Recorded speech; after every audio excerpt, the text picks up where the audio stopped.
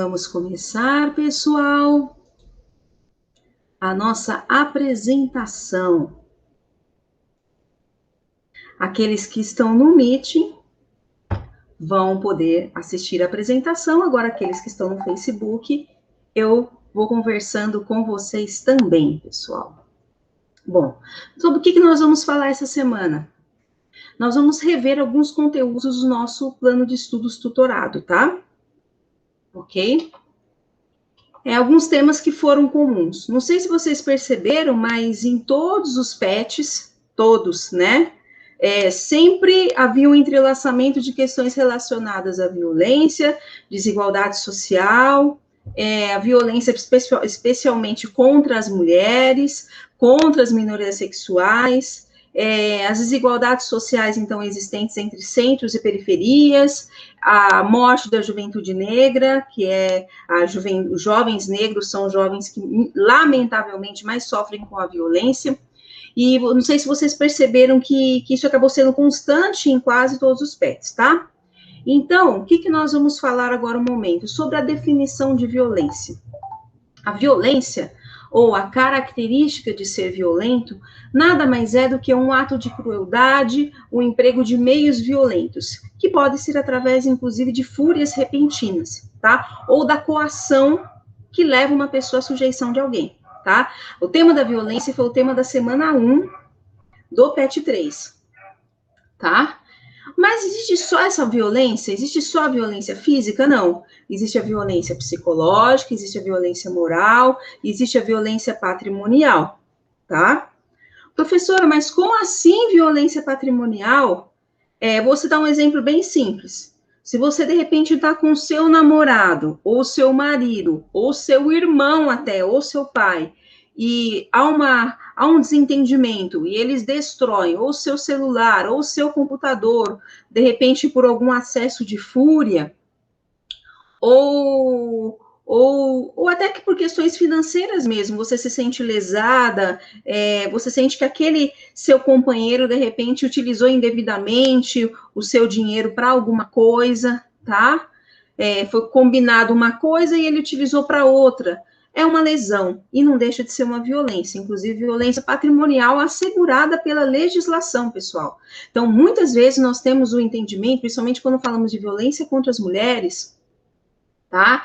De que a violência física que impera. Não, pessoal, tá? Se o seu companheiro, seu cônjuge, até mesmo o seu irmão que vive na sua casa com você, seu pai, te lesa, sem o seu consentimento, te lesa de alguma maneira, já é um ato de violência, tá? E nessa primeira semana, nós temos o posicionamento do sociólogo Pierre Bourdieu, tá? O Pierre Bourdieu, ele fala sobre isso, ele fala sobre a questão da violência simbólica. O que é violência simbólica? É uma violência sutil, que ela permeia todos os meios sociais. Inclusive, nós somos educados dentro dessa moldura, tá? Dentro dessa moldura social, tá? Em que sentido, professora? São conjuntos de crenças que vão sendo transmitidos de geração para geração, através da socialização, e fazem com que determinados indivíduos se posicionem de acordo com alguns discursos que são dominantes, tá? Quais são os discursos que ainda são dominantes até o dia de hoje? O discurso machista, o discurso sexista, tá? Então, a violência simbólica justamente está no ato de nós termos que nos moldar de acordo com esse discurso machista, hegemônico, dominante, quando nós estamos falando em violência contra as mulheres, e também quando nós estamos falando em violência contra as minorias sexuais, gays, lésbicas, minorias LGBT, tá? Existe esse tipo de violência que é sutil, ou seja, através de comportamentos, através de comentários. Essa violência, por isso ela é simbólica, é uma violência sutil. De repente, aquele sarcasmo, aquela ironia, aquela piadinha de mau gosto, tá? É uma violência, ok? Inclusive, quando vocês estudarem sobre o bullying, que é o tema da unidade 4, ele vai retomar essas questões sobre a violência simbólica, o bullying exercido nas escolas, o bullying que ocorre nas escolas, tá? E não só dentro das escolas, sim, o cyberbullying. Agora, nesse momento de pandemia, nós estamos sofrendo com o cyberbullying, não é verdade? Tá? Os jovens, muitas vezes, que são gozados em redes sociais, crianças, jovens, adultos também, mas como nós estamos falando da juventude, nós vamos nos ater à juventude. Em grupos de WhatsApp, de repente, um coleguinha gozando o outro, né, tirando um sarro no grupo do WhatsApp, tá? É uma maneira, tá? É uma maneira justamente de proliferar essa violência, ok? E quem mais sofre com essa violência? Que essa violência simbólica, né? Quem mais sofre são as minorias sexuais, são indivíduos de outras etnias, são indivíduos que, de repente, que possuem, que não tenham muitas condições financeiras, ou seja, a população insuficiente, tá? E justamente também está atrelada às questões de sexualidade, ou seja, aquele indivíduo que apresenta, de repente, uma orientação sexual diversa da sua, tá? Ou que não se identifica com o sexo biológico que ele nasceu, que são os chamados transgêneros, tá? São os indivíduos que mais sofrem, a juventude negra, tá? Então, são indivíduos que mais sofrem com a violência. Semana 1, nós verificamos isso, tudo isso que eu expliquei agora de uma maneira resumida na semana 1 do PET 3, tá? Nós vamos semana 1, semana 2, semana 3, a semana que vem, semana 4, tá? Violência e criminalidade também foi tratada na semana 2, tá? Qual é essa ideia? Ao consultarmos o dicionário, nós presenciamos que existe uma diferença entre os termos violência e criminalidade. E essa diferença, ela se torna evidente. Enquanto a violência é definida como violência física, como um constrangimento físico, e a violência moral como um constrangimento moral, a criminalidade acaba sendo um conjunto reiterado dessas violências, tá? Dessas constantes infrações à lei, as leis que são produzidas, de repente, em determinado lugar, em determinada situação, ok? Então, a criminalidade, de uma maneira mais simples e didática para vocês, conforme está escrito no plano de estudos tutorado de vocês, ela pode ser definida como um ato de cometer crimes, seja de natureza violenta ou não, tá? Então, a criminalidade e a violência não são sinônimos. A criminalidade é um conjunto de todos esses atos de violência, de todas essas infrações, ok? Tá? Consoante o sociólogo Sérgio Adorno, em sociedades como a nossa, em sociedades como a brasileira, onde convivemos com alto índices de exclusão e de violência e desigualdade social, a violência passa a ser algo que nos divide. O posicionamento quanto a essas questões passa a ser algo que nos divide, tá? Com um exemplo simples, nós podemos dizer que a grande maioria das pessoas acaba sendo levada a julgar questões como a questão da maioridade penal, a punição, inclusive, das populações da juventude negra, que muitas vezes acaba sendo assassinada, acaba sendo alvo de violência. Alguns jovens, muitos jovens são alvos de violência e sequer praticaram aquela determinada conduta que eles são imputados, ou seja, recebem a violência de uma maneira gratuita, sem terem cometido qualquer infração, e mesmo se eles tivessem cometido qualquer infração, essas infrações deveriam ser julgadas conforme os ditames da lei. Então, nada justifica a violência policial, tá? Em relação a essa população, em relação a diversas outras situações, mas nós estamos trazendo aqui esse exemplo, tá? Então, existem diversas questões que estão ali entrelaçadas, tá? Bom, um especialista em estudos sobre criminalidade e violência, que é o sociólogo Sérgio Adorno, apresenta uma outra postura, argumentando que o caminho mais seguro para a superação dessas diversas formas de violência é o quê? É uma política preventiva.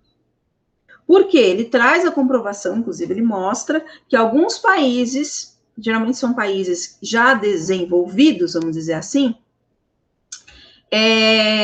apresentam um índice de criminalidade mais baixo, porque há um incentivo, há uma política pública governamental, tá? Voltada para a educação, para a saúde, e que inibe muitas vezes que muitas crianças e jovens ingressem no mundo da criminalidade, ok?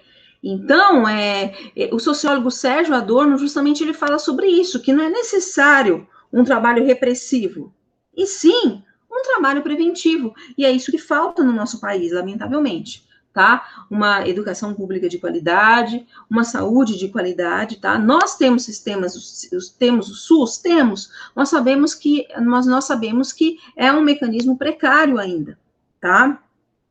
Nós sabemos que a educação exige maior investimento, ok? Em todos os níveis. Nós sabemos disso. E nós sabemos também, né, inclusive os alunos da Cônigo tiveram uma atividade na disciplina eletiva dos primeiros anos, onde eu trouxe para eles um desenho documentário que é o Vida Maria, que mostra justamente uma criança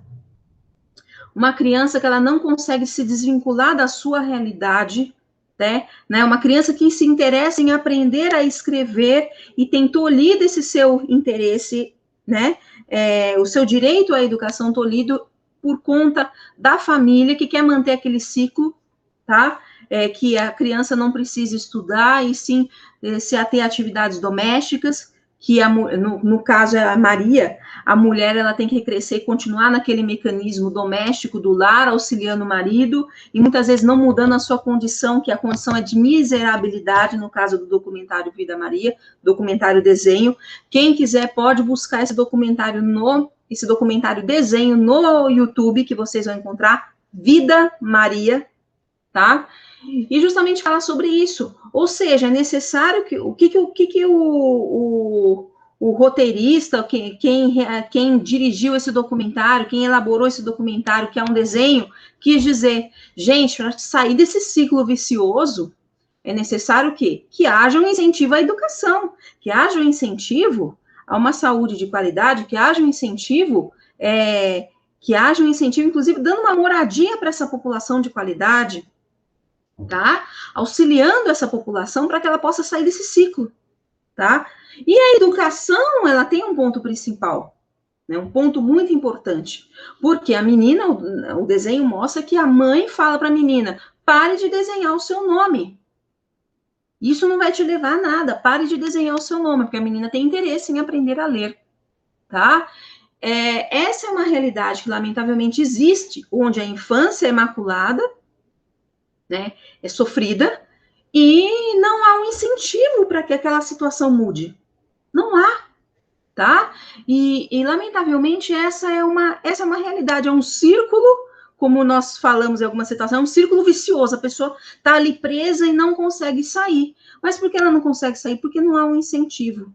Poderia ser um incentivo até de muitos pais, tá? Nós sabemos que existem inúmeros pais que se sacrificam para levar seus filhos na escola, morando em locais distantes, e nós, inclusive, há diversas reportagens que nesse período de pandemia, muita gente que mora em regiões isoladas estão conseguindo levar seus filhos a determinados pontos estratégicos para que ele possa utilizar a internet para assistir a aula, nem que seja pelo celular. Então, quer dizer, há um incentivo dos pais nesse sentido, olha, vocês não vão deixar de estudar, tá?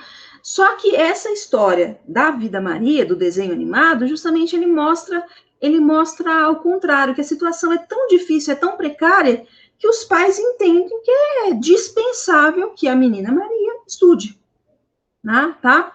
É muito interessante esse desenho, eu gostaria que vocês assistissem. Então, o caminho mais seguro, agora eu volto no Sérgio Adorno, o caminho mais seguro para combater a criminalidade e a violência é a superação, tá? É a superação dessas diversas formas de violências prévias, porque é uma violência a ausência do Estado para auxiliar o indivíduo a ter uma educação de qualidade, uma saúde de qualidade, uma moradia, uma vivência digna, uma dignidade, já é uma violência estatal, tá? Então, o caminho mais seguro é o caminho preventivo.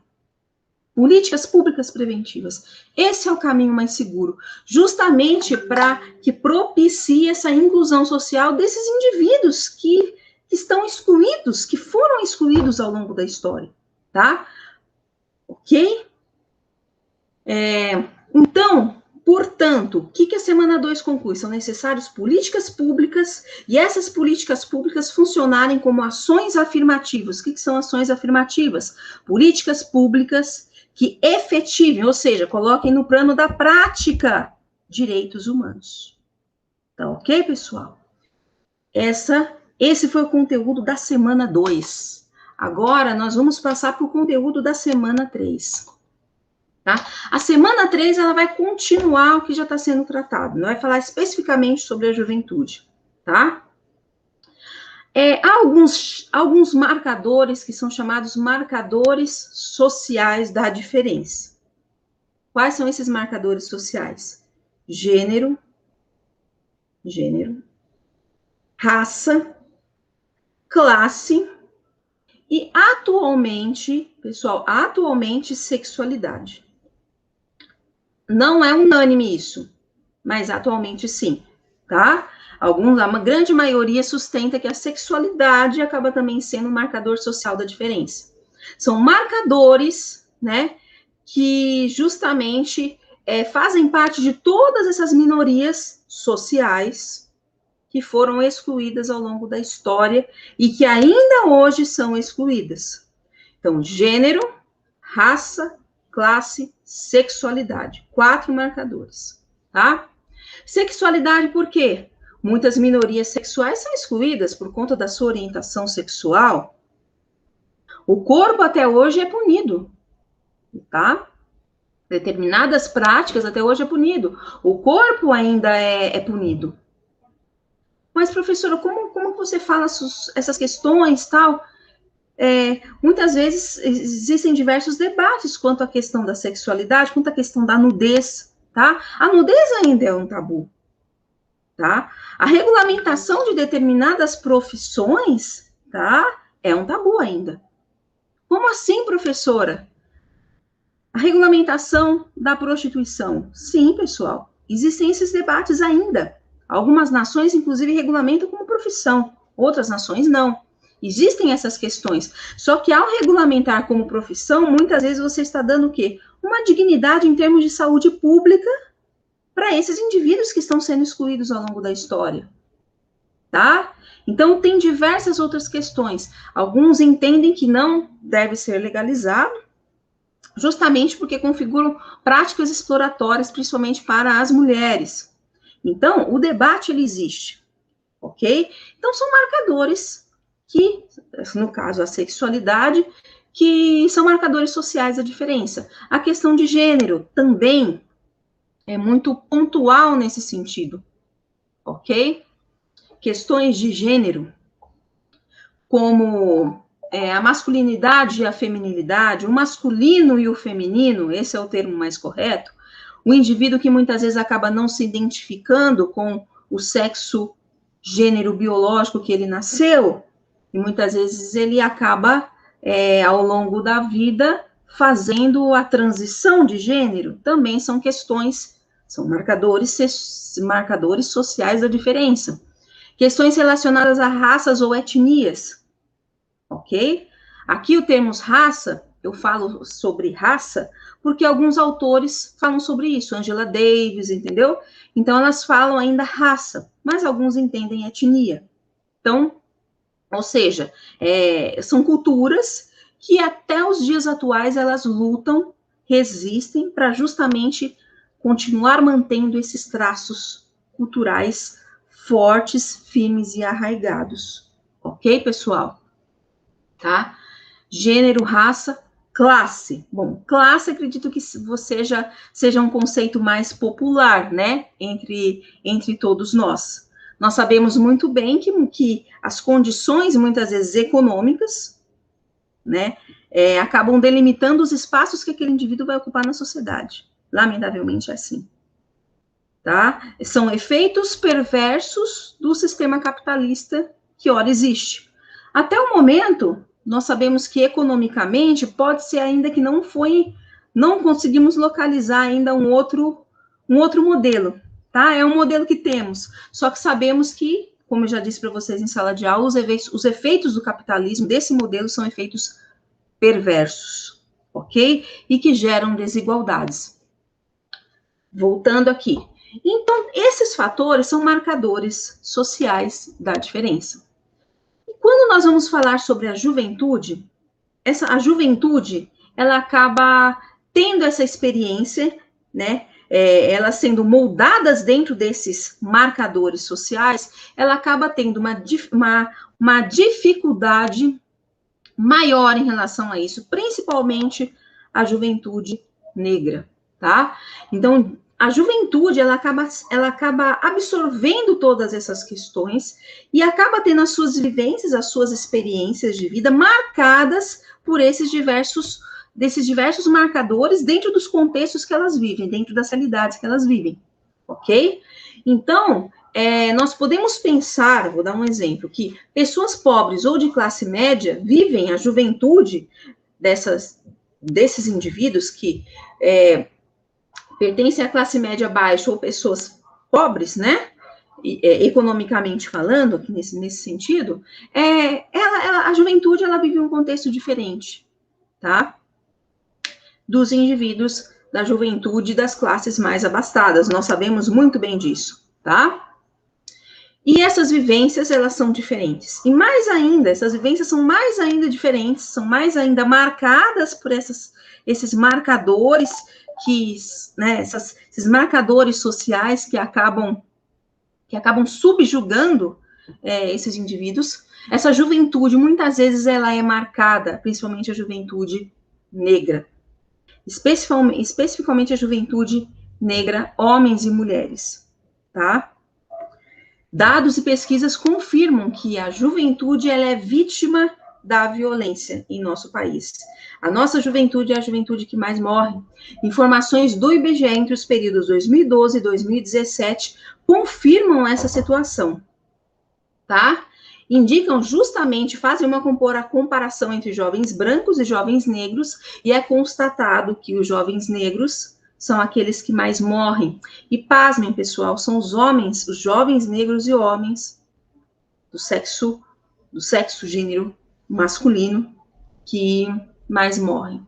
São mais vítimas de homicídio e mais ainda são mais alvos de encarceramento. Ok, pessoal? Ou seja, são jovens que são presos com maior frequência e também sofrem a violência com maior frequência, são mortos, assassinados com maior frequência, tá? Em termos já de escolaridade, segundo os dados do Atlas da Violência de 2019, publicado pelo IPEA, indica que entre os anos 2007 e 2017, as vítimas de homicídio possuem, em sua maioria, o ensino fundamental incompleto. Feitas essas considerações estatísticas, é necessário que nós compreendamos que os homicídios de jovens negros, pobres e moradores da periferia encontram-se associados principalmente às dinâmicas da violência policial, das chacinas, dos conflitos entre os grupos diversos, conflitos esses atrelados às questões de honra, à luta pela defesa de territórios e a vinganças, tá? Lamentavelmente, é aquilo que nós voltamos ao entendimento do sociólogo Sérgio Adorno. É necessário o quê, pessoal? Para que a nossa juventude não sucumba, não seja alvo de encarceramento, ou seja, nossos jovens não tenham como destino único os sistemas prisionais e nem sejam mortos, é necessário o quê? Políticas preventivas. Políticas repressivas não dão o resultado almejado, e sim políticas preventivas, tá? Mais ainda, o plano de estudos tutorados de vocês na terceira semana fala o seguinte, que dados do IBGE para o ano de 2018 indicavam que no Brasil, cerca de 11 milhões de jovens com idade entre 15 e 29 anos estavam fora dos espaços de educação formal, como escolas, cursos técnicos e faculdade, e assim como estavam fora do mercado de trabalho. Então, qual é a solução, pessoal? Ações afirmativas preventivas. Pessoal, eu fiz um breve resumo, pessoal do Facebook, pessoal do Meet, sobre as 3 semanas do nosso plano de estudo tutorado. Ok, pessoal? Geralmente, os exercícios testes, eu acabo falando nas minhas explicações semanais dos vídeos do YouTube. Quem ainda não se inscreveu no canal, se inscrevam, tá?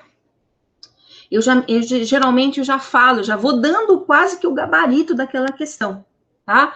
Agora, as questões dissertativas, é necessário que vocês tenham uma argumentação mais fluida, tá?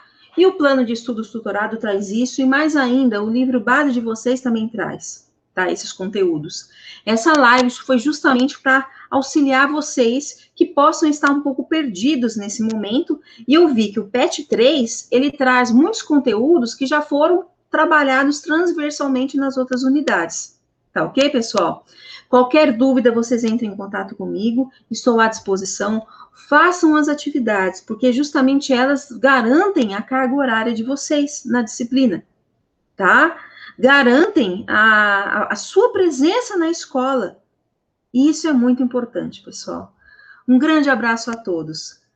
Encerro aqui no Facebook a live para os alunos dos primeiros anos. Daqui a alguns instantes, acredito que uma meia hora mais ou menos, teremos a live para os alunos dos terceiros. Mas aqueles alunos dos terceiros que queiram assistir essa live, não tem nenhum problema, tá? Vai auxiliar vocês no estudo de vocês, tá? Um grande abraço.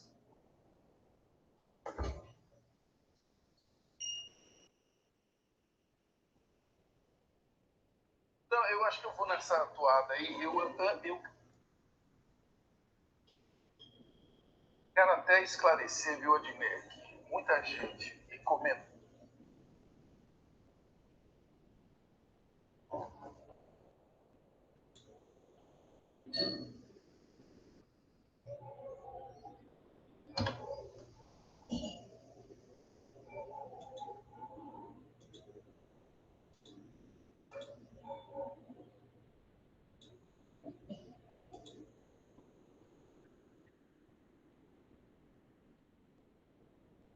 Olá, pessoal.